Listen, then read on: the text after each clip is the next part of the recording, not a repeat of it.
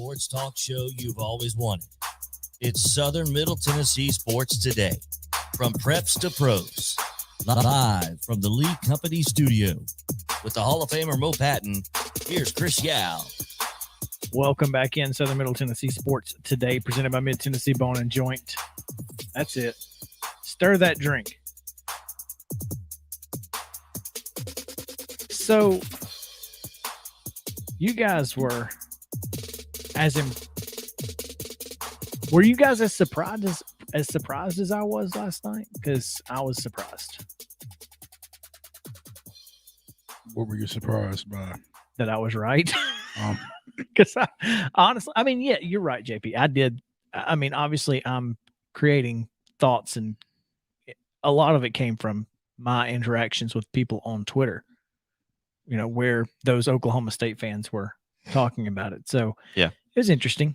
I was surprised, but you were surprised at Oklahoma State jumping Notre Dame? Is that what you're saying? Yes, okay. I was. Again, I have focused more on the top four than I have on what's going on behind it. And maybe I'm just being a little short-sighted in that manner, but I wouldn't have expected Oklahoma State to jump Notre Dame, but given the situation, I'm not surprised. I was surprised it happened this week. I thought it would happen next week, and rightfully so. If they beat Baylor, if they win, and an idle Notre Dame, yeah, you jump them. And here's what surprised me is that Baylor dropped. Yeah, That was the weird thing. Very confusing. Which, they beat a team that, at home, a team with a interim coach by 3. So maybe it's not so weird. So Notre Dame doesn't have a coach because he's at LSU. And he's gone. He's in LSU. He's in Baton Rouge right now. He is picking out furniture for They his probably office, threw the stuff. Did you see the video of them throwing stuff off the roof of the Oklahoma coach's office? Just boxes. And they were just throwing Lincoln Riley's stuff out the window. So. No, to answer your question, I did not see. I don't know if it's true or not, but they were definitely throwing things off the roof of the football operations center. I don't know what it was in the boxes, but they were certainly throwing boxes off the roof. Now, you put 2 and 2 together and draw your own conclusions. The LSU podcast, I think it was One Team, One Podcast. I'm not sure. He said the fan reaction, the atmosphere in Baton Rouge and what he is seeing is very akin to what he saw in 1999. When they hired Nick Saban from Michigan State, a guy from the North who was not a cultural fit for LSU. A lot of folks were upset until right. They left and then they were upset again. But he said, look, I'm not comparing Brian Kelly to Nick Saban. Nick Saban's the best that's ever done it. He's the best that's ever done it. He said, but this hire is very similar to the hiring of Nick Saban, a guy that you don't necessarily expect at LSU, because since Nick Saban's departure, it's been 2 characters. Literally, Les Miles and Ed Orgeron were characters in a book. Some might call them caricatures. Very the Mad Hatter, and then Coach O. Coach O is a literal character. He is. If you were casting someone to play a football coach in Louisiana, he's the guy you call. He is the Farmer Fran. He's the Water Boys coach. Farmer Fran, yeah. That's his actual name. But yeah, so this his point was, look, we overreacted before. Maybe we don't overreact this time. If it doesn't work out, it doesn't work out. But let's not overreact from before it gets started. I can't argue with that. Well, I don't know. Because sometimes overreactions are justified. Sometimes. I don't know that this time is one of those. Well, I mean, Brian Kelly doesn't have the baggage that some prospective coaches have had. He also doesn't have a poor record like some that word. Yeah, that Prospective. Mhm. Prospective coaches. I could not say that. Couldn't get it out. It's I mean, and Ubben kind of shot down the concern that I was tiptoeing toward yesterday, just in terms of him not necessarily being a good fit. And maybe it doesn't matter.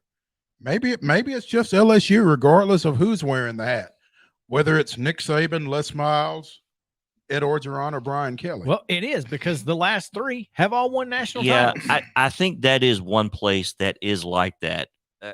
The geographical location, the amount of talent in Louisiana, certainly per capita, is off the charts. And it is. And most of those kids want to go. That is exact. I think at that level, I mean, they're knocking on the door with Georgia, Florida, Texas, California. Maybe not to the numbers, but per capita talent, they're knocking on that door. And unlike all those other states, LSU is the place. Now, Georgia is rivaling that with what Kirby Smart's doing. But LSU, people go to LSU because of LSU. And I think people went to Notre Dame because of Notre Dame, not Brian Kelly. Here's the difference in LSU and Georgia. There are so many people who have moved into Georgia. That's true. Georgia doesn't have that draw. That's true. LSU is also when you take a compass and you draw a circle around Baton Rouge, you're getting South Alabama, South Mississippi, the Panhandle of Florida, all before you hit another SEC school. Auburn, Starkville are probably the closest two. Yep. And then, I mean, you've got a ton. I'm not familiar enough with Texas geography. How close is A&M? Probably about the same as like an Auburn. It's kind of, in between. It's in the middle of that Houston, Dallas, Austin, San Antonio triangle. It's kind of in the middle of all that. It's more east than central or west, but I guess it's closer to Houston. Would be its closest one, but still. But you're getting a ton of really impressive athletes in that Delta area that nobody else is anywhere near. So you're not just talking about Louisiana. You're talking about a lot of those Panhandle of Florida guys as well. And, they're all LSU fans, because I feel like the people who live in that area are all similar. I mean, they grew up similarly in that Delta area. Well, and you think about too, just from a cultural standpoint, you think of Mardi Gras. Who has maybe the second largest Mardi Gras festivities? Well, Mobile, because it was the first Mardi Gras. Yeah, but to that point, I mean, it's a culture. Yeah, basically everywhere west of Pensacola, all the way to Texas is going to be, is going to have that Cajun vibe to it. Exactly. So, I mean, look, Brian Kelly, if he can coach, and here's the thing, Brian Kelly can coach. All right. There are athletes out the wazoo right now at LSU because the only thing they're missing is a solid quarterback. And here's the thing, Brian Kelly can get a quarterback. And he can coach a quarterback. So I think the one questionable downside to Brian Kelly kind of fits in with the fit in Louisiana, but how relentless is his personal recruiting? LSU is one of those places that if that's a weakness of yours, you can overcome that because you're going to get players in. You get a Louisiana recruiter on your staff that is over that, and then you coach them up. Watch out. Watch out. He could be dangerous. Now, I think some of the overreaction, I think a lot of it is due to the perception of Brian Kelly and his personality. And there's good reason for that. Yes. I mean, his reputation precedes him. And so I think a lot of that, because you're not getting that with Lincoln Riley. And there's no good way to leave. And you can't blame him for leaving. I don't think. I mean, it's just the way that things are now. You can't blame Lincoln Riley for leaving. But as far as college football coaches go, Brian Kelly's a pretty good one. He's up right now among active coaches. He's top 5. No question. No question. Top 5 active coaches. I mean, and that includes Saban still out there. He may be top 3, Brian Kelly. He's the second most winning active coach behind Nick Saban. Mm-hmm. And with Saban, the only 2 programs to have won double-digit games in the last 5-6 straight years, something like that. Alabama's done it 11, but yeah, but still, but only one other team has done it in half that, and it's Notre Dame.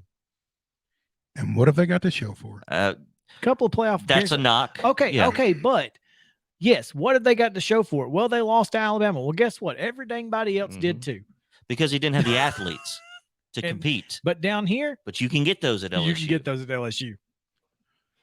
See, I'm scared.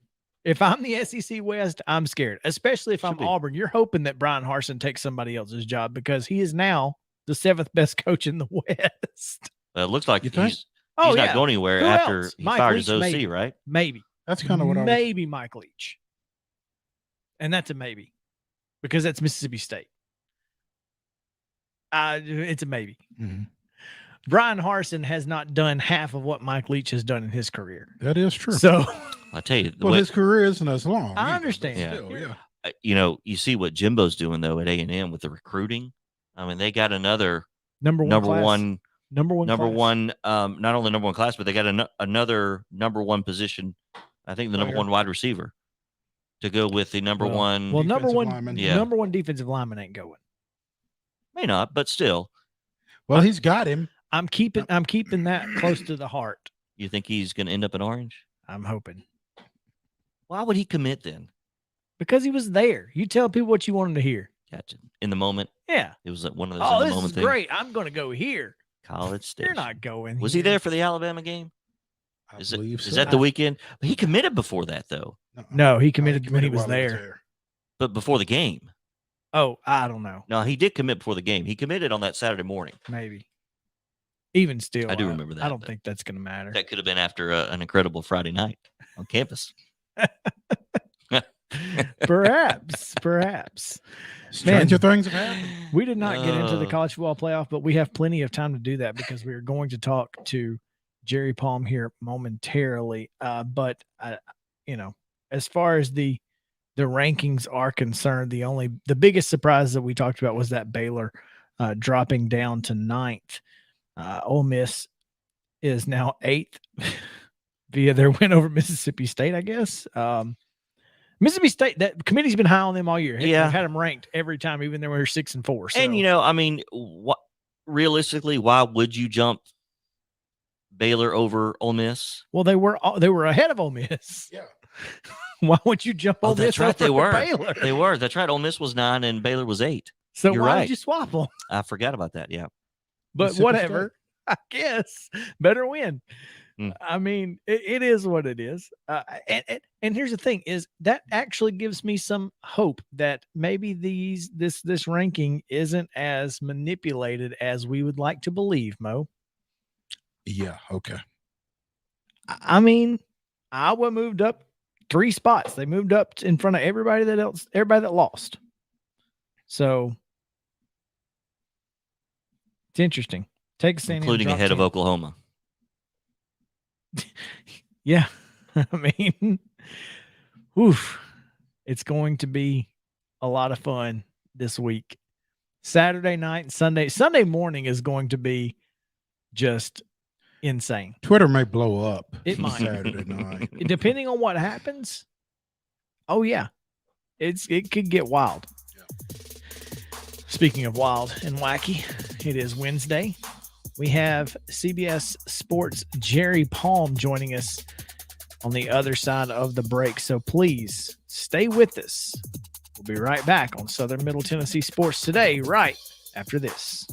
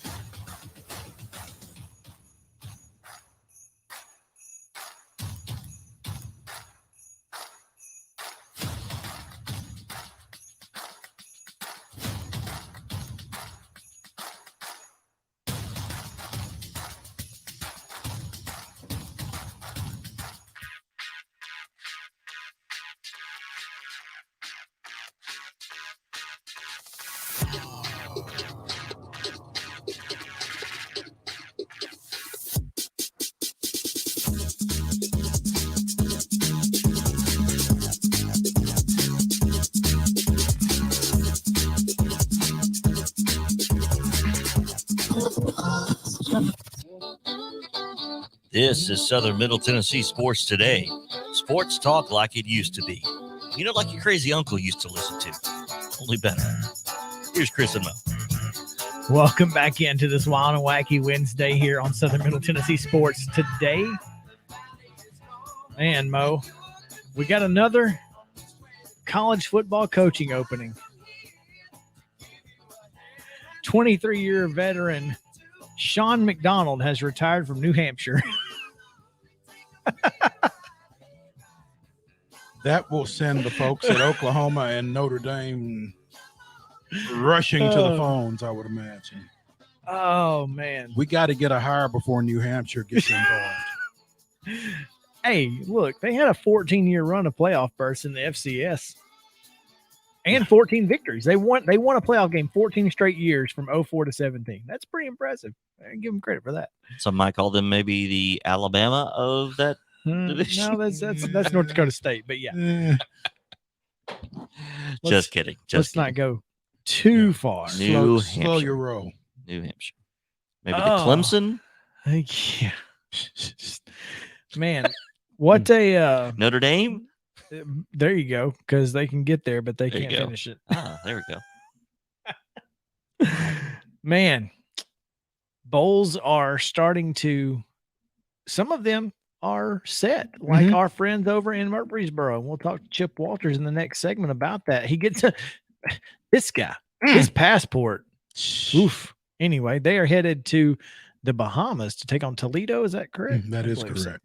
So looking forward to it. But for other bowls that aren't quite set yet, we have some projections on CBSSports.com. And the projectionist is on the line with us. Jerry Palm joins us now. Jerry, welcome in. Thanks for joining us. Oh, thanks for having me on. How you guys doing? Doing well, Jerry. Saw your piece this morning on CBS Sports, predicting the playoff and the bowls and the paths to the playoffs for whoever you felt like probably could get there. 9 teams. 9 teams can get there for 3 spots, basically, since one is already sewn up. Well, actually, it's 8 for 3 spots. 8 for 3. Okay. Georgia. All right. Yeah. You're right. Okay. All right. What is the wildest scenario? Well, the wildest scenario probably involves Georgia, Iowa, and Baylor winning, and maybe even Oregon, because if Oregon loses, they're out of play because they're playing a lower-rated team. Iowa it's an advantage to get to play Michigan. The disadvantage is you're playing Michigan, but the advantage is you're playing the number 2 team. So if you win, you have a greater chance to move up because of the quality of the team that you're beating. But if you're in that situation, then you've got, Georgia's in there, and probably Notre Dame is in there. The advantage of not playing, I guess, is that you can move up. It's harder to move down, although you can get jumped. But then you're talking about Iowa, Oregon, Baylor, Alabama for 2 spots. And, probably Baylor gets one of them. And I think Iowa could actually get the other one. But it's up to the committee. There's no overwhelming favorite among that group of teams. But that's the wildest scenario you can probably come up with, because Georgia's going to be in anyway, so they might as well be number 1. And then did I say Cincinnati loses? Cincinnati loses also.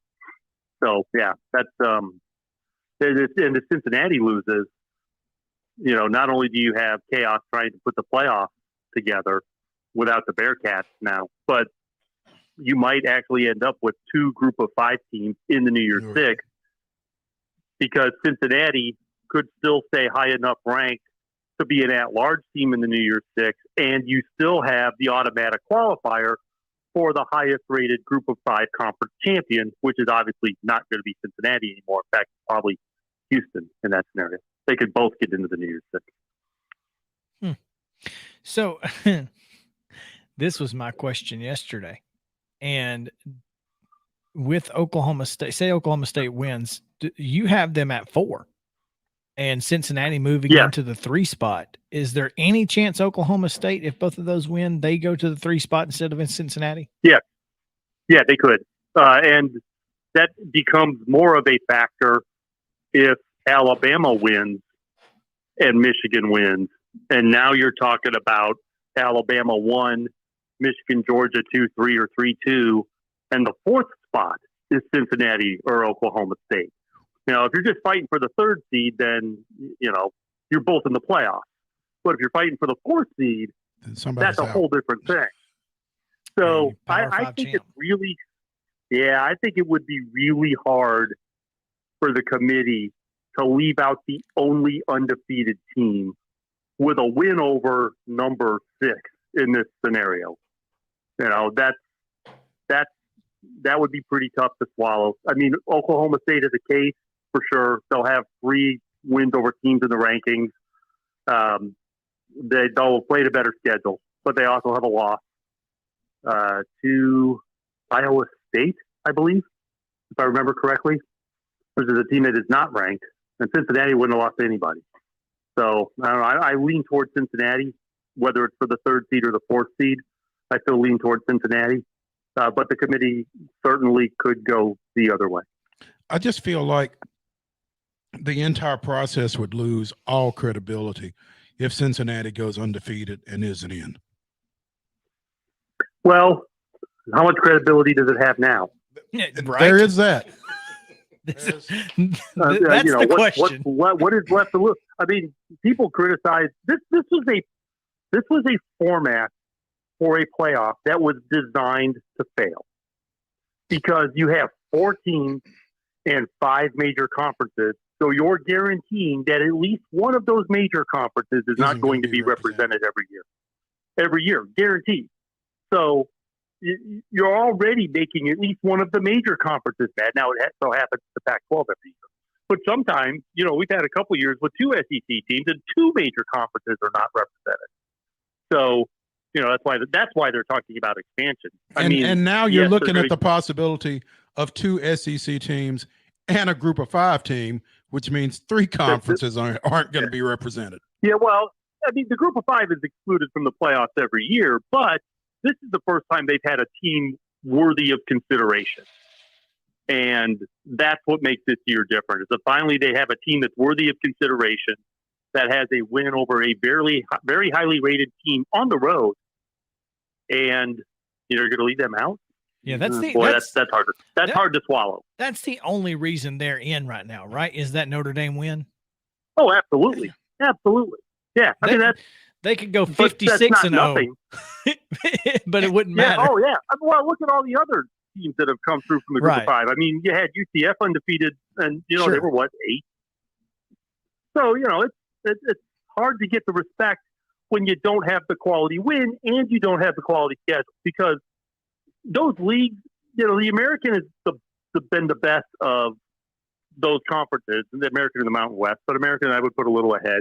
And it's because of the quality at the top. But the difference between the major conferences and the American is that you might have a couple of pretty good teams at the top, but then there's a big fall off to the rest of the league. And the bottom 7 teams are all going to be in the bottom, say, 40 of college football.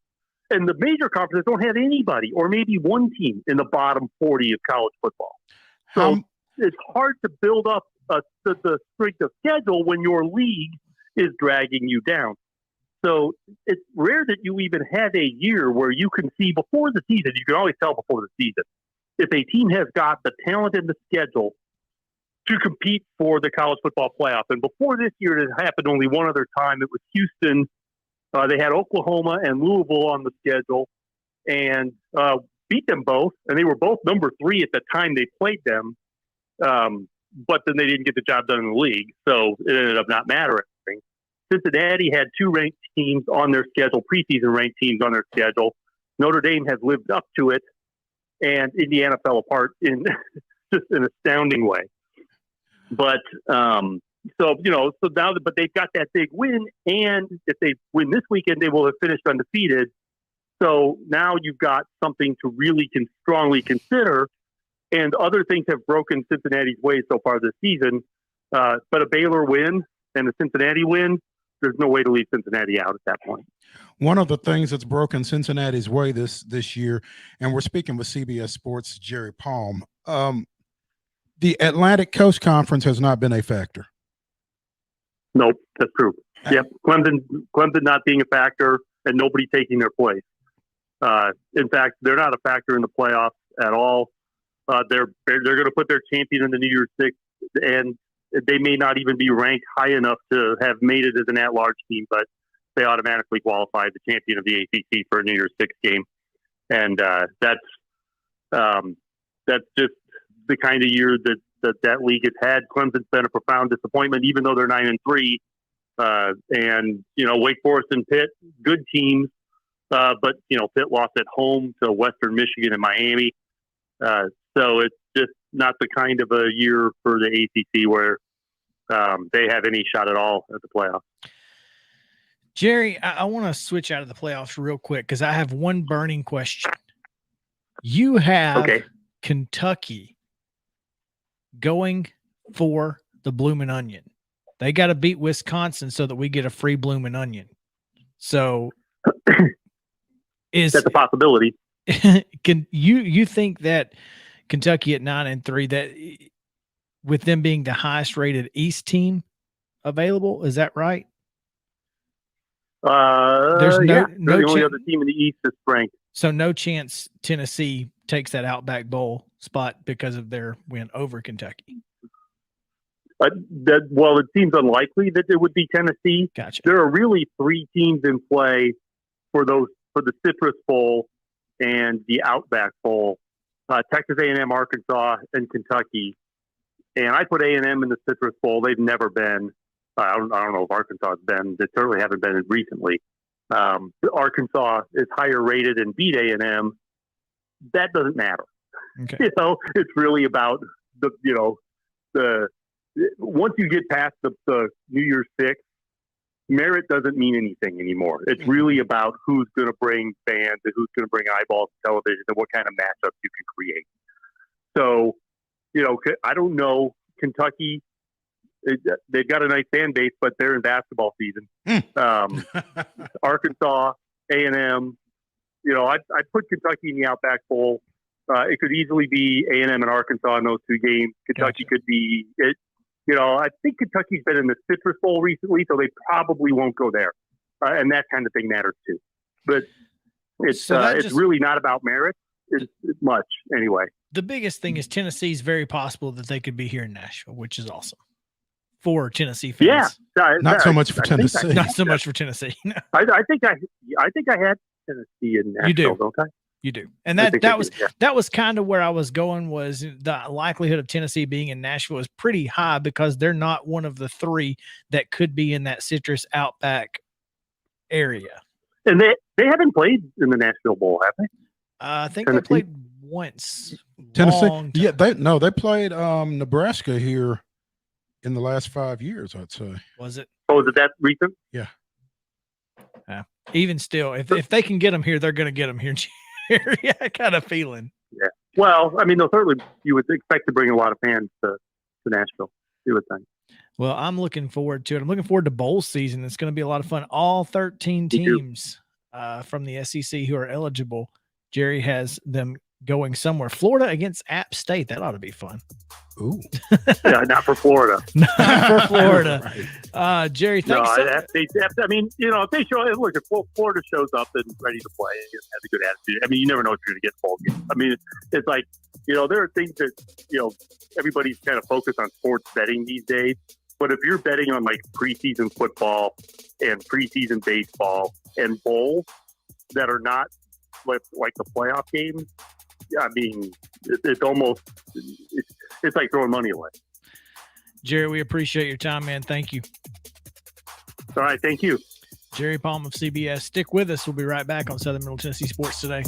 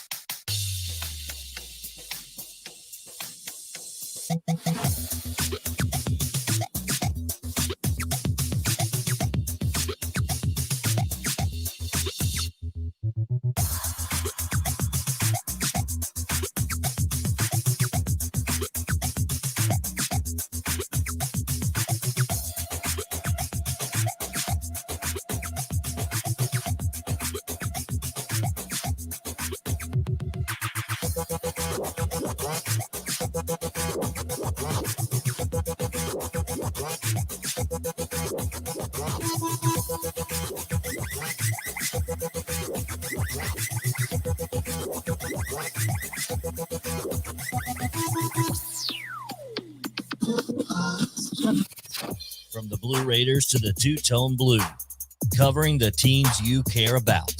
It's only on Southern Middle Tennessee Sports Today. Live from the Lee Company studio with the Hall of Famer Mo Patton. Here's Chris Yao. Welcome back in Southern Middle Tennessee Sports Today, presented by Mid-Tennessee Bone and Joint.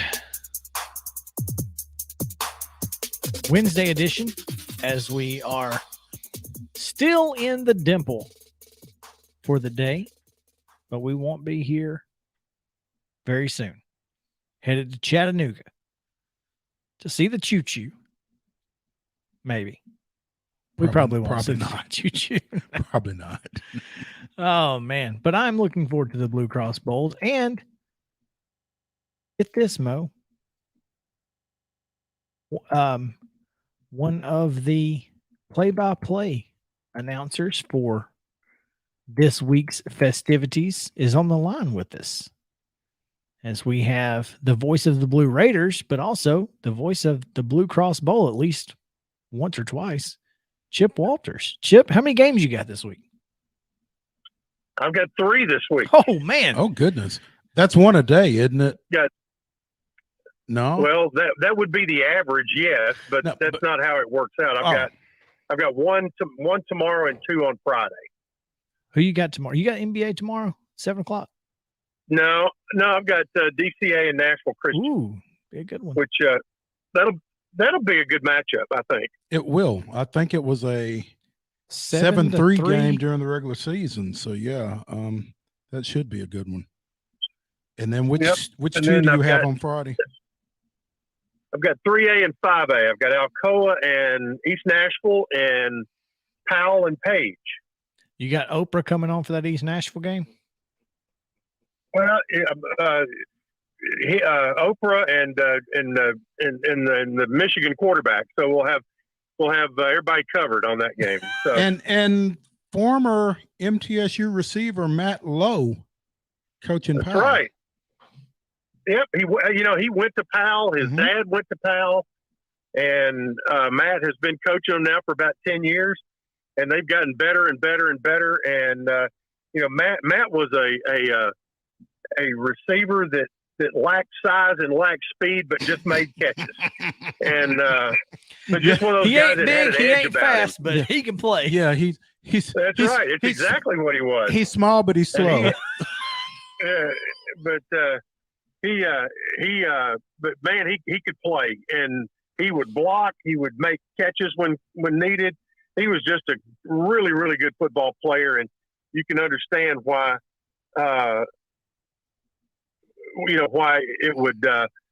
Why he would be so good and in coaching, and it's in his bloodline. So I'm looking forward to that one, and to see that's going to be a really good quarterback matchup in that one. Both obviously McNamara for Page and the kid for Powell, both have put up really good numbers.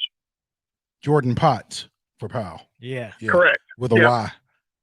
Jordan with a Y. Exactly. Jordan with a Y. Yeah. Looking forward to seeing those. Chip, you were talking. You're going to have to buy stock in a suntan lotion operation here, aren't you? Between your trip to Cancun here not too long ago and your trip to the Bahamas coming up here.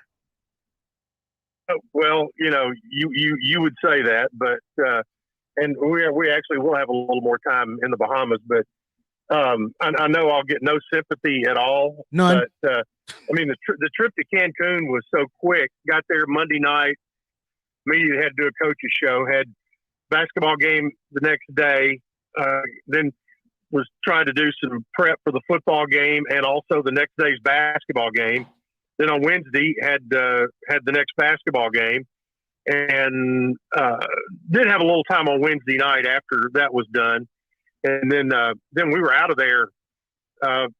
We were meeting at about 10:30 Thursday morning on Thanksgiving morning coming home, and that was about a 12-hour matriculation going through Houston to get home, and then a turnaround to go back to Boca the next day with football. So it was a nice trip, and I mean, both were nice trips, and got wins all the way through. But I did not put a toe in either the pool or in the ocean in Cancun. So maybe that'll change. It was warm when we get to Nassau. That It is was warm. It was about 83 degrees, but they played the basketball games inside last time I checked. So yeah, but at least you didn't have to parka up like we have had to some of these Friday nights to get into the gym. Well, hey, I'll tell you, I remember the last time that Middle went to the Bahamas Bowl. It was on, the game was played on Christmas Eve that time. And I remember when we left the Bahamas on Christmas Eve afternoon after the game, it was 92 degrees or whatever when our plane took off. Got home that night about, I don't know, 9:30, 10 o'clock, something like that. Well, I had to meet the men's basketball team on Christmas afternoon at like 5 o'clock in Smyrna for a game. We had to fly to South Dakota State. We got off the plane at South Dakota State. It was 7 degrees and snowing sideways. So that was only a 85, 86 degree temperature change. God, that's awful. That's awful. Talk about having to pack. You might as well just have two different suitcases. That's right. But that's insane. Football wise, how was Boca? It was really good. I mean, that's one of those that you'll remember for a while, simply because of how they went about their business that night. Started off, just really could not get anything going offensively. At least, couldn't get it going a whole lot. Middle of the second quarter, Nick Vattiato got banged up a little bit, had to come out, and Middle was down 14-0. And DeLello comes in and, drives them down, gets a field goal. And so 14-3 at the half, starts the second half. The defense has still continued to play really, really well. But FAU had the ball to start the second half, drives down, they get a field goal. So you're back down 14 again. Well, and all of a sudden Vattiato puts together, or DeLello puts together a drive, and they get down and score on a run by him that made it, 17-10. Then Middle gets a field goal, and it's 17-13. And then they put together another drive, get down there and that's when they brought in the heavy D package and got the thick six to Zaylen Wood with those three defensive linemen in there. And all of a sudden you're ahead. And then you get the fumble recovery for 71 yards by Jordan Ferguson, who had not practiced all week until Friday because he'd had the flu. And as a matter of fact, there were 13 guys who had only practiced on Friday before getting on the plane because they had the flu following the previous week's game. And so it was just one of those things where the offense just kept, they just kept tinkering with things till they found a few things that worked and got the ball down the field. But I'm telling you, the defense just absolutely played lights out. And they're playing with a little swagger right now on that side of the ball. And, well, they should with some of the things they're doing. And, and then they bring heat after they have gotten the 10-point lead and FAU's on its last chance, and they get the other interception, and that was all she wrote. So it really was. I mean, Middle and FAU have always played some crazy games, and but that one had a little bit of everything in it. But it's one that was really satisfying, and for it to be Coach Stock's 100th win in his home state in a game like that, was something that I think was very satisfying. Speaking with Chip Walters, the voice of the Blue Raiders here on Southern Middle Tennessee Sports Today. You've been shifting back and forth, obviously, between football and basketball, Chip, and you've got a basketball game coming up here in mere minutes, tonight, I guess, as the Skyhawks visit the Glass House. What are you seeing out of the hardwood Blue Raiders these days, and what are you liking out of them right now? You got to like their defense and their depth. So those are the two big things. They're playing 11 guys, sometimes 12 a night, and there's not a big drop off with the combinations they're using. They're playing full court for 40 minutes. They're able to do that, and they're also their length that they have right now really allows them to play some very effective zone. The offense has been, I mean, they scored 96 against Bryan College, but the offense has been a product of their defense a lot of times. And that's always a good thing because that typically means easy baskets and transition, things like that. But it's a much improved group over a year ago. They're 6-1. So they before the end of November, they had already surpassed their win total from a year ago. Now you've got here in the next 5 days or 4 days, you've got UT Martin for the first of two. They'll play UT Martin at home tonight and then in Martin a week from Saturday. And wedged in between there this coming Saturday is a trip to Murray State. And I think those three games will really give you a clearer picture where you are. The win against Mercer was fantastic. And you probably know Greg Gary, the head coach at Mercer, used to be, he played at Tulane. His brother was Jeff Gary, that played at Vandy. Mm-hmm. But Greg told Nick after the game there in Cancun, he goes, my teams haven't gotten their tails kicked like that very often. He goes, you guys have got something special on defense in particular. And so that was a nice compliment. So it's going to be an interesting group. The Lady Raiders are back in town. They're 5-1. They split down in Daytona, lost an overtime game to Marquette, and then beat Illinois by 10. So they're an overtime away from being undefeated right now. So basketball in the Glass House could be pretty good this year. And again, the guys scheduled well to get the season off to a good start. But now, and things just continue to pick up as you go along. You've got, between now and Christmas, you've got 2 with UT Martin, 1 on the road at Murray. You've got a home game with Coastal, and then a road game at Chattanooga. And that's your December schedule. And so I think this team will be well prepared to go into the conference race. Chip, we appreciate your time. I just have one question. How much excitement was there when Zaylen Wood came down with that touchdown?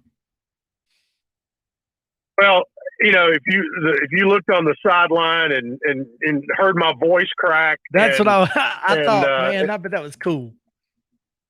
Yeah, that was something. And then,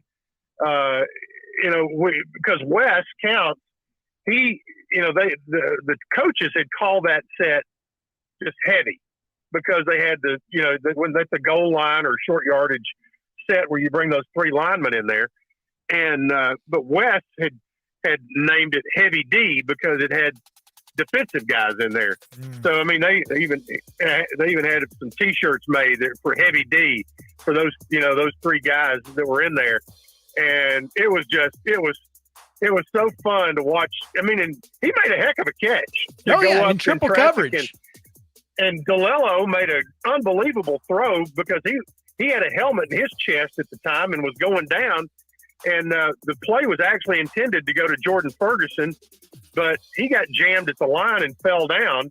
And so the only shot was to Zaylen Wood, and he got it. It was a top 5 play on college football final on Saturday night when I got home about 2 a.m. and turned it on, and there was Big Z making the catch, and as they called it on there, they called it a thick 6. So I thought that was a good name for it. Chip, we appreciate it, man. Thank you so much for taking time with us. We'll talk to you next time. All right, I'll see you at Findlay tomorrow. Yes, sir. We'll be back after this on Southern Middle Tennessee Sports Today.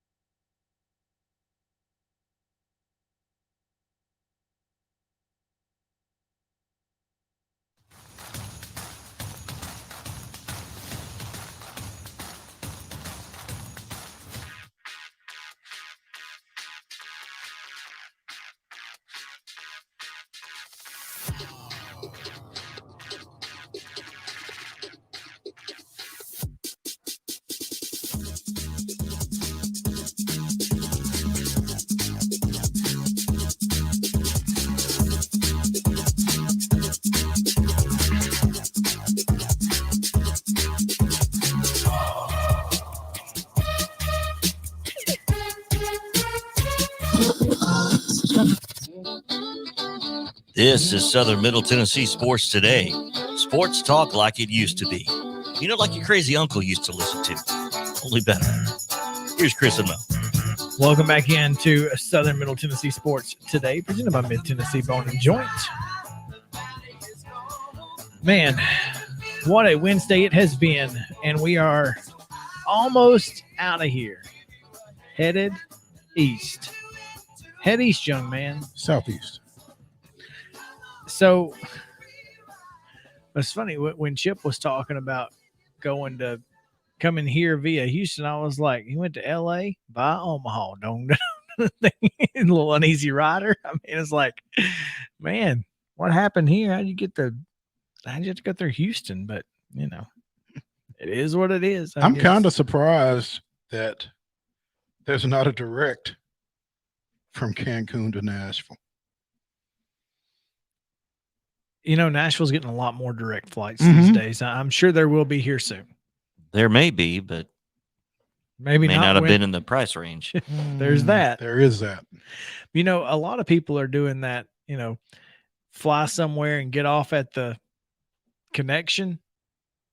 And so like if you want to go to Denver, but the flight to straight to Denver is more expensive than a flight from here to Seattle with a layover in Denver.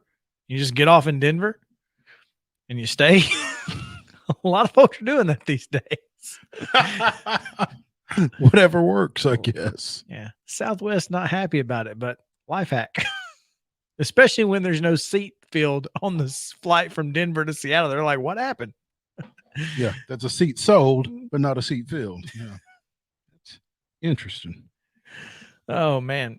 Well, Mo, let's talk a little high school hoops before we get into Wild and Wacky, because you got a chance to see one of the better players in the metro area last night over at Independence when Alabama 5-star commit Brandon Miller was in the building.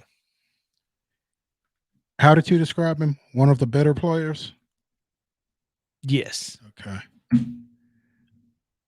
I think we can get rid of that qualifier probably. Look, I don't know. I've not seen him play. He's pretty dang good. And one of the more impressive things about him, I thought, was one, he didn't have to shoot it every time down. He didn't have to be involved in every offensive possession. He looks like, to me, he makes his teammates better. And while he is the best player on the floor, whenever he's on the floor, you know, he doesn't necessarily carry himself that way. And I think that's probably what endears him to his coach, longtime Metro coach Marlon Sims, and to his teammates, and what's probably going to make him successful at the next level.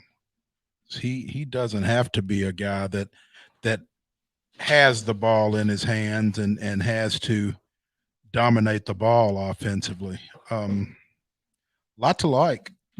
Great handles, shoots it well. I mean, he does everything you would expect a 5-star to do.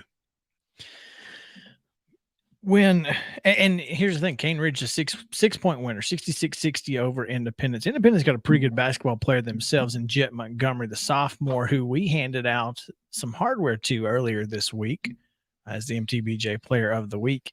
Dude's been fantastic, and he is going to be, if he grows at all, he's going to be dangerous. But you know, this Independence team seems to have a little fight in them. I think that's why Mark Wilkins scheduled this game, and B, what he came away from this game liking last night is the fact that, you know, this bunch isn't going to back down from a fight. Literally.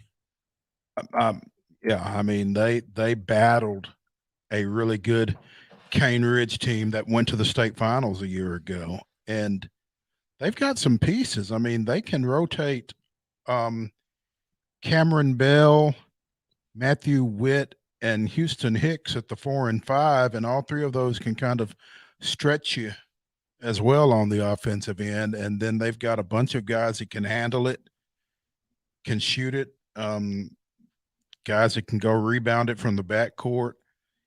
And it doesn't necessarily all start with Jet, but he's certainly a big part of it. Had 27 last night, 4 threes. Over the weekend, he had a 29.6 three-pointer effort. So, I mean, he can shoot it, but he can also get to the rim, and they're a fun team to watch. And, you know, with the reclassification, they, Summit, Columbia Central, Ravenwood, and Nolensville are in the same district. And I'd advise you to find out when that Independence Columbia Central game is and circle that. Both of them. Because those could be two pretty good ones. Yeah, and just athletically, both of those teams that they like to run the floor, they like to get up and down.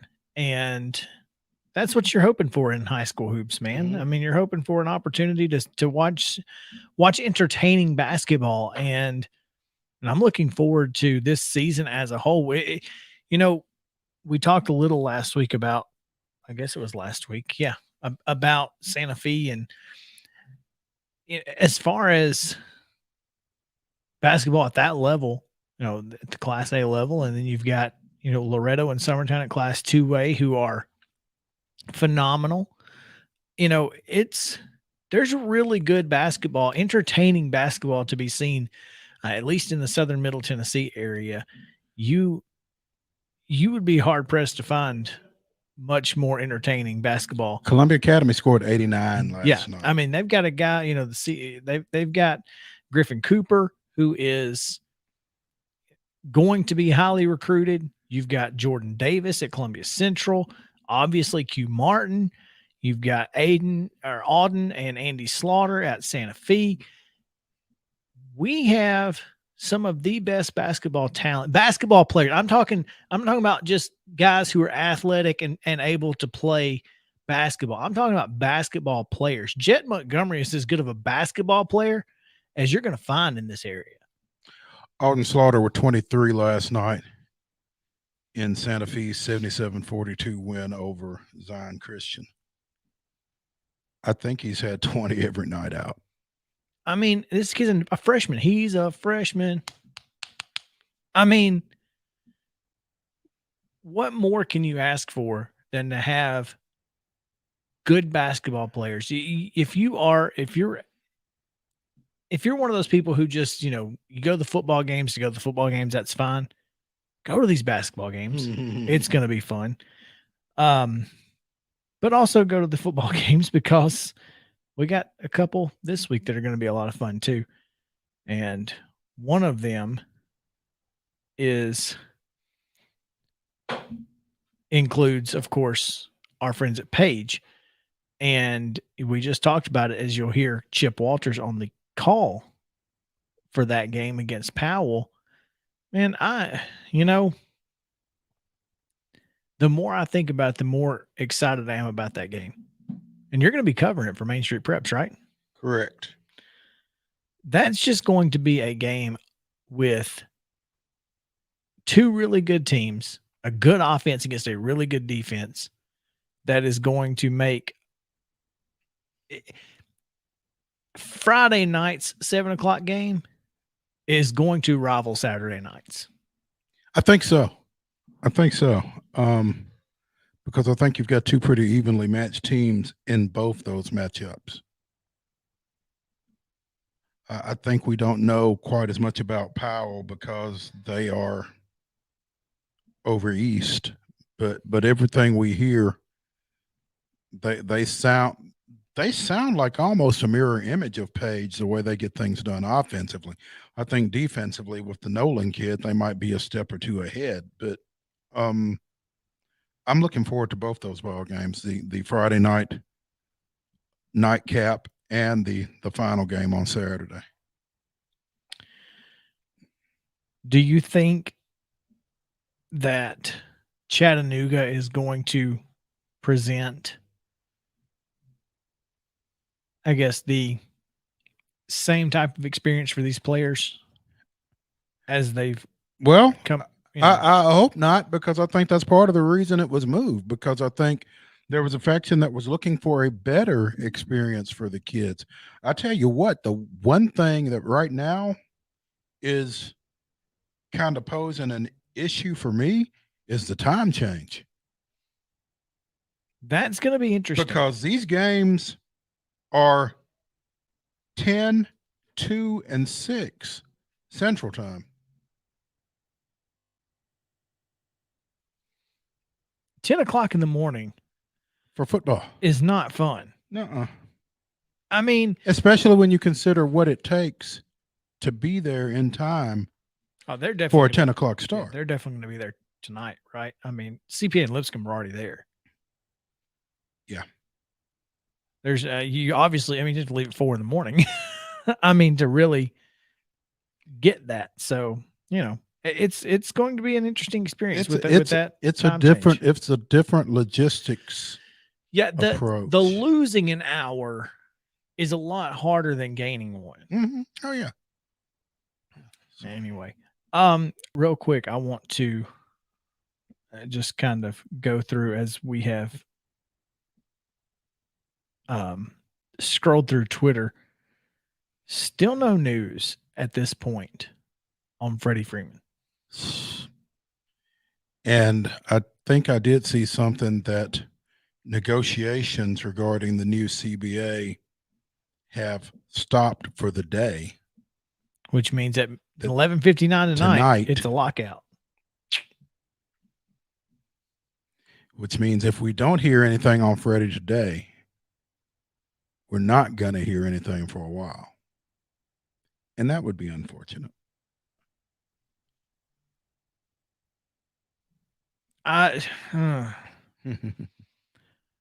If it's not done today, I'd rather just be done. Well, here's the thing, though. If it's not done today, nobody else is going to get anything done with him either. Yeah, but it just makes you and you can't get anything done with anybody else. It's got to be frustrating on at least one of their parts. Probably I think Freddie's. It's frustrating for Freddie because, as David O'Brien pointed out, I think it was yesterday, this is a guy who's been in your on your major league roster for 11 seasons. You made him play without an extension this year. Yeah, going through out of an MVP season. An MVP season in which he led your team to within a win, basically, of the World Series. And so I think he's already a little frustrated, and then having to deal with this offseason as well. There might be a I'm done sentiment on his part. I hope not. I mean, clearly that's not the case, or he'd be in LA by now. Just because that hasn't been the case doesn't mean he hadn't made if we don't get this done by the lockout, I'm done. Yeah. And I think that's, I mean, I would hate that would be the case, but I could completely understand it if it were. Well, see, I think Alex Anthopoulos may have screwed the pooch here, and let me tell you why. You get this deal done in the middle of the season, and you can because all you're doing is arguing over a 6th year. Have you seen these contracts that are going out right now? Yeah. Now you're automatic. Now it looks like you're arguing over a 6th year and 20 more million. I don't think though that this is necessarily on Anthopoulos because one, I think there was a point during spring training where Freddie said, "We're not doing this during the season. I'm not doing this during the season," and I can understand that. Oh yeah. So, I mean, if any pooches, Okay, well, maybe get it done day one after the World Series. Oh, you needed a 6th year? Done. We just won a World Series. Done. Mm-hmm. But now the prices every day that goes by, the price keeps getting higher because everybody else is signing for even higher and even higher and even higher. Why you wouldn't go 6 years, 180? And again, it's not my money. But why you wouldn't go 6, 180 for Freeman is beyond me. Get that done. It doesn't make any sense. Yep. So, well, Adam Duvall is back. Maybe he can play first base. I told you got the rotation, right? We just rotate the outfielders, first base to left field, and continue. Yep. Lather, rinse, repeat. Oh man, you know, It's frustrating. We have to laugh to keep from crying. no, there's no question there. No question there. Oh, Velus Jones is headed to the Senior Bowl. I guess that means he's not coming back for another year. I don't know if he can. I don't know. Yeah, that's what I was going to ask. Did he have another year? You know, you're still allowed. I think juniors, there are super juniors, so you just rise as super senior or whatever. But yeah, this whole extra year thing is confusing because I don't know who's what anymore. I don't know who gets to choose until they get drafted. I guess they're still here. Stuart Mandel poses a funny question here, and I'm going to get if the SEC is Broadway, which show is LSU? And well, okay, I'm going to amend the question. If the SEC is Broadway, which bar is LSU? Oh, shoot. Kid Rock's, right? It's got to be. No, I think it's better than that. I mean, I don't know. I'm talking about LSU, the atmosphere. I don't go down on Broadway enough to. Well, you should just follow Nashville Scanner on Twitter. Oh, good Lord. That bad. Oh, it's incredible. I wonder what I'm going to do that. I think like Alabama would be Tootsie's, right? Because it's the standard, the tradition. Like, JP, any thoughts? I think Tootsie's for Alabama is probably appropriate. I haven't been down there either, so I don't even know what's. What's that bar across the street from Tootsie's? Well, there's Rippy's. That's Rippy's. Also owned by Tootsie's. Okay. Luke Bryan has a place, right? Yeah, that's pretty popular, right? He and Jason Aldean have bars that are connected. Now, what's the next block down on the corner, same side as Rippy's? With the that's Honky Tonk Central. Yeah, I think that would be probably Texas A&M because they just tried to outdo everybody with space. 2 stores instead of it's 3. That's right. Yeah, it's 3. So I'm just curious. I was thinking, wonder what would be the connection. Would Georgia be Rippy's? I think Georgia would be. Yeah, probably maybe Tin Roof because it's Tin Roof 2 and they kind of want to have the same tradition as Tootsie's, but they just don't quite have it. So what's Acme? Ooh, wow.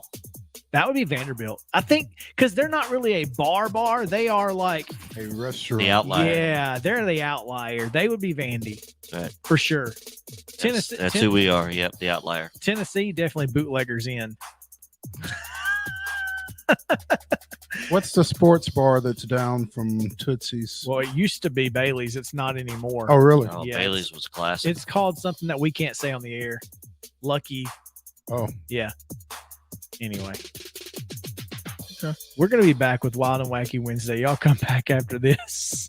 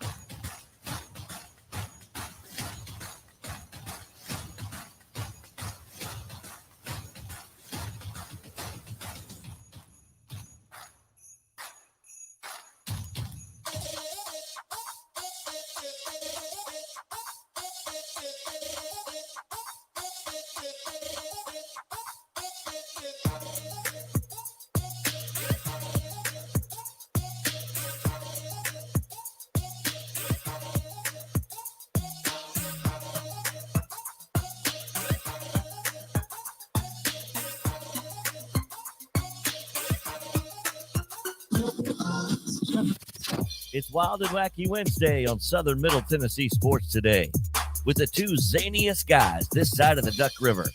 It's like you joined a circus or something. Here's Chris and Mo. Welcome back in Southern Middle Tennessee Sports Today. Presented by Mid-Tennessee Bone and Joint. Boy, Wild and Wacky is always fun. And we get to be zany on this side of the Duck River for today. We'll go to the other side tomorrow. Or later today. Or later today. Oh, the Big River. That's right. Oh, Big River. Who sang that? Cash. That's a Cash song, right? Big River. Sure. Yeah, Big River by Johnny Cash. Now I taught the Weeping Willow how to cry, cry, cry. That one. Guys, we'll start some. Can we start with some good news? Some good news out of Mesa, Arizona, over Thanksgiving last week. They were pulling people over, and instead of handing out tickets, they handed out turkeys. Turkeys. Gobble, gobble. That seems expensive. I mean, like, who paid for these turkeys? Here's the thing, though. You want somebody coming up behind you with flashing blue lights to give you a turkey? That sounds like something you would be angry at Festivus. Where's this turkey been? Well, I'm just like, why you got to scare the crap out of me to give me a turkey? I'm sitting here trying to figure out what I did wrong. I think they were actually pulling people over who were doing things wrong, like speeders. Oh, but giving them turkeys instead of a ticket. Like, dadgummit, I got caught speeding. That's $125 right there off the top. Oh, no, I get a free turkey? Okay, I guess. Okay. All right, then. Maybe I should speed more often in Mesa, Arizona. I don't know anyway. More good news. A restaurant manager in San Antonio saved one of his customers' lives. Bill Miller Barbecue manager donated a kidney. Sophia Parrish, a manager at Bill Miller Barbecue, donated a kidney to one of her loyal customers. That's commitment. I mean, customer service at its finest. No question there. Well done. A 68-year-old woman in Washington State was in a terrible wreck. Her car went down an embankment that was covered in snow, and she got stuck out in the cold for 4 days. Oh. But she survived. Do you know how she survived? Ate the snow? Do I want to know? No, this is fantastic. You know that bag of clothes you've been meaning to donate to the Goodwill? She had one in her car. It was full of sweaters. So she was able to get to that? Was she trapped in the car or just trapped in the elements? I mean, she was trapped in the car in the elements. Couldn't get out of the car, but she could get to the clothes? Yeah, I mean, I guess she could get out of the car, but she was on an embankment, so she couldn't walk up it. It's full of snow. And I guess, I don't know what happened to her cell phone. I don't know any of that, but her daughter continued to look and eventually found her. She had been meaning to drop that bag off at Goodwill and did not. But the reason she survived is because of that bag of clothes left in her car. She knew there was a reason. If that doesn't make you believe somebody's looking out for you. Ain't that the truth? All right. Now it's time to go to Florida. Because sooner or later, you always wind up in Florida. First off, the weirdest part of this story is that the fact the gym was covered up on Thanksgiving. Like, stop going to the gym on Thanksgiving. Yeah. People that go to the gym on Thanksgiving are going so that they can say they went to the gym on Thanksgiving. Look at me. A 78-year-old guy named Robert Dvorak went to the gym on Thursday morning, and he wanted to use a specific machine. but somebody else was already using it. I mean, that happens, right? You just Mhm. wait your turn. But that's the one he wanted. I don't know what type of machine it was, but there were two sisters working out, and he just got sick of waiting on them to finish. So what did he do? He just sat down on top of her. Whoa. Just sat down on top of her so he could use it instead. Oh, Lord. He had then apparently pushed the other sister away when she tried to help. Police obviously were involved. Witnesses confirmed Robert was the aggressor, and he's facing charges for battery. But boy, that's got to be weird, right? What kind of machine can you actually operate while sitting on someone? That's what I want to know. Is that really a workout? Military press, maybe. Either that or maybe those like ab machines that you can Yeah. use. I don't know. I just want to. Sat on Rowing top machine. of one of the sisters. There are probably a few, I'm not good. That's insane. It Why would you really do is. that, Well, Robert? Robert, Mm. what were you thinking? Robert was looking for attention and he got it. Yeah. How would you like to be that girl's sister, though? Right. You come back over there and it's like, there's a guy sitting on top Sitting of my on top sister. of you. And I don't think she likes it. He's 78. Pretty How- sure. Robert must have been lonely for Thanksgiving and wanted some company, so So he got some at he the got local some jail. at the local jail. Oh Yeah. man, wonder if they had Thanksgiving turkey at that jail. If he'd have been in Mesa, Arizona, they Yeah. wouldn't have arrested him. They'd have just given him a Give him turkey. turkey and go home. Yeah. Oh man. All right. So a 49-year-old woman in Australia named Rachel Perry pleaded guilty earlier this month to stealing real money from an animal hospital so she could play slot machines online that didn't even pay out actual cash. Like, That's when you know you've got an issue. No, here's the thing. These machines play while you're asleep. Like they just play all the time. So I don't understand. She made 475 fraudulent transactions over 3 years to embezzle more than $671,000. To play slot machines that don't even pay off in real That money. So she even pays to to play Yeah, that doesn't pay out. correct. Okay, she's got other issues. than It's like there's a gambling. Yeah. I mean, she does have a serious gambling problem. She wasn't even having fun. She'd feed a bunch of money into the game and then would just have the slots auto run while she slept. Why is that a thing? It's Because clearly people will pay to play it. Unbelievable. it's kind of like Candy Crush. People who pay for stuff on Candy Crush are absolute morons. What do you pay for? Like the extra, additional stuff. like to have an extra piece that you can use during the game to help you Okay. finish that level or whatever. Yeah. When just keep playing the level, because eventually Candy Crush will let you win because they don't want you to stop playing at all. Or stop playing. One of the two. Yeah, but no, I'm not paying to get a cheat code. A cheek. Yeah. All right, guys. Hot and ready pizzas. Hot Pocket. No, I love Hot Pocket. But Yeah. no. Hot and ready pizzas at Little Caesars, which Okay. are sometimes not ready and sometimes they're not hot. It's an inexact science. It is. I mean, it just depends on There's how many good people want intentions. It's like a matrix, huh? it. Hot, not hot, ready, not ready, and then you see which one of the four Yep. you fall into. It is yeah, exactly. Well, a 63-year-old guy in Knoxville Oh. last Friday pulled a gun in Little Caesars because his hot and ready pizza was in fact Wasn't- not hot not or ready ready. yet. Well, it wasn't ready. Once it was ready, it was hot. Yeah. but it wasn't hot because it was not in the oven yet. Yeah. Apparently, Mm. they told him he'd have to wait 10 minutes so he went back to his car, grabbed an assault rifle, Jeez. whatever their definition of.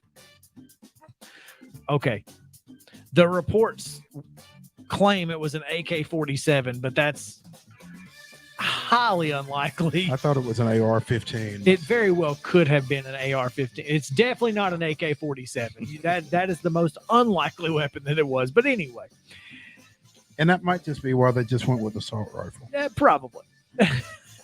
He walked in with a gun, pointed at an employee named Kimberly. And by the way, Kimber, Leigh. So, I mean. Stop. Okay. Don't. I'm just saying. Don't. Last name Smith, go figure.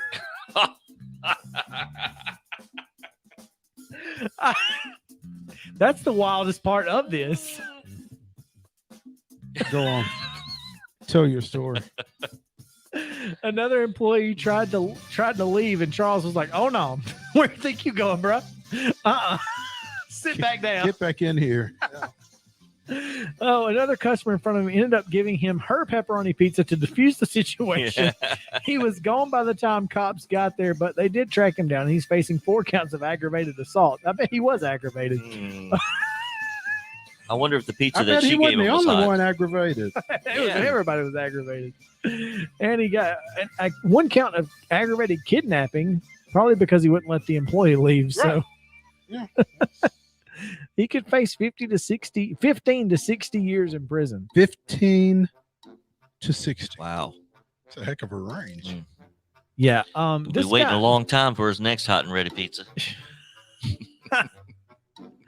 I don't think he's gonna make it 60 years in prison. No. So, I don't think he's gonna make it 15, but hey. Whatever. Oh my gosh. How does that happen? Like, look, I've sat in the drive-thru at Little Caesars for a while, so like I get it. But anyway, I mean,